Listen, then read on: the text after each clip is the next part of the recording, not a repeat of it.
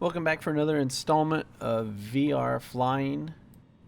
This is from Whiskey X-Ray 53, where I take off from Bugalaga, land in an open field, take back off, and come back up here. This is just raw footage. I don't know exactly what sounds you might hear besides airplanes in the background, but it's supposed to be just airplanes in the background, but who knows? You might hear my kids or doors or whatever, but it's just raw footage just to show you guys more VR flying. I do have it zoomed in. The screen is twice as big as it normally is, just to make it fit the whole screen, but the VR effect in the goggles is just absolutely stunning.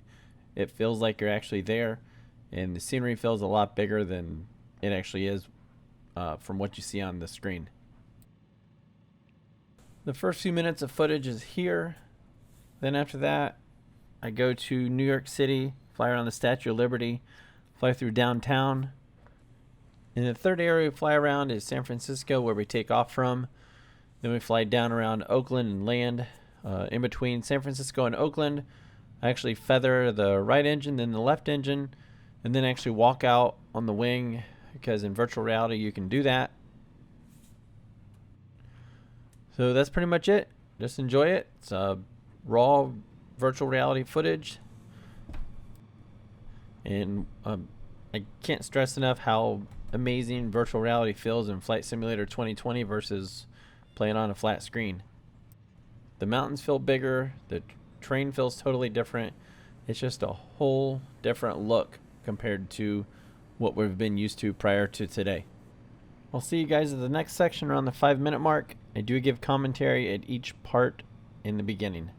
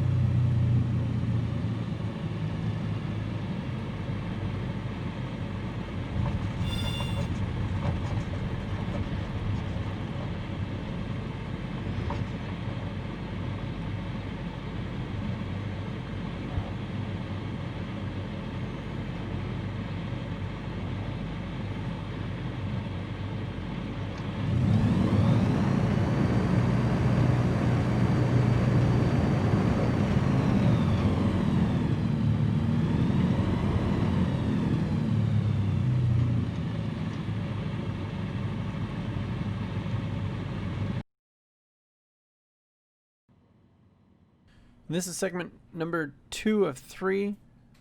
This is a flyby of the Statue of Liberty. Then it cuts to the next scene, which is flying through downtown New York City. We get down to Central Park. We land on an open field in Central Park, take back off, fly around, and that's pretty much it. But it's still very cool.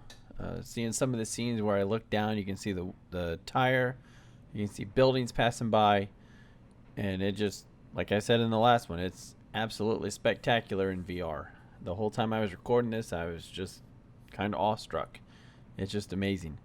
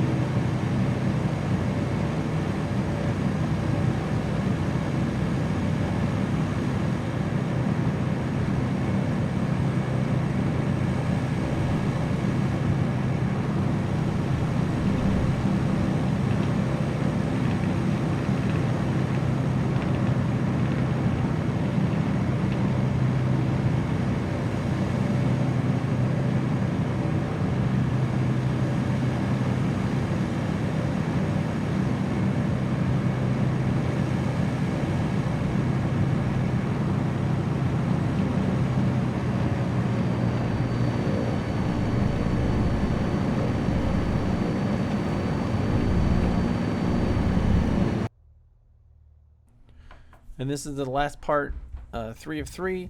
This is the PA-44 by Carenado, taking off from San Francisco International Airport. I take off, fly down to the south, and then back over towards Oakland. I shut an engine off, and then I shut the other engine off. Not at the same time, but I shut them off individually. And then I get up, walk around, and actually walk out on the wing. You can see the prop feathered, and look back around the city of San Francisco. It's just amazing what you can do with virtual reality. It's very spectacular.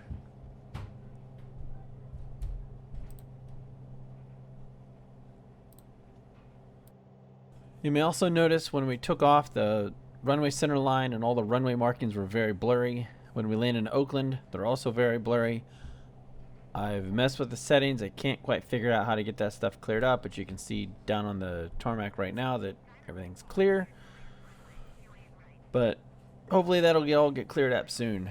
That's one problem I have with VR, is just the fact that the runway is so blurry. It shouldn't be, but it is. And some of you may have seen my review on VR earlier today. It was fantastic then. Had a few little drawbacks, but the more I play it, the better it gets. Just like Flight Sim 2020. It's something, like I've said before, if you can get VR and you've got a computer that'll run it, I highly suggest it. It will absolutely change the way you play Flight Simulator, and the feel will be totally different. It doesn't even feel the same playing on a monitor versus virtual reality. It is a humongous difference. I would explain it as the difference between reading a book about going on vacation versus actually going on vacation. It is that much of a difference.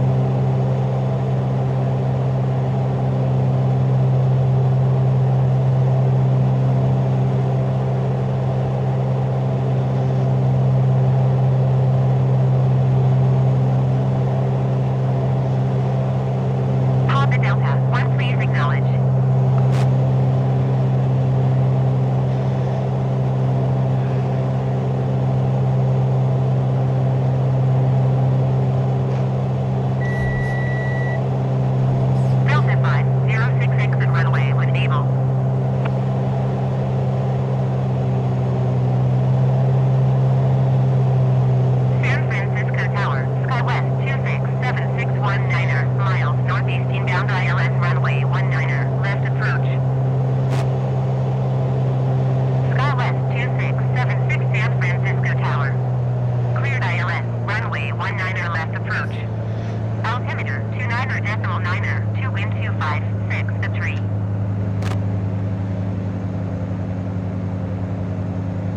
Delta 506 exit runway when able.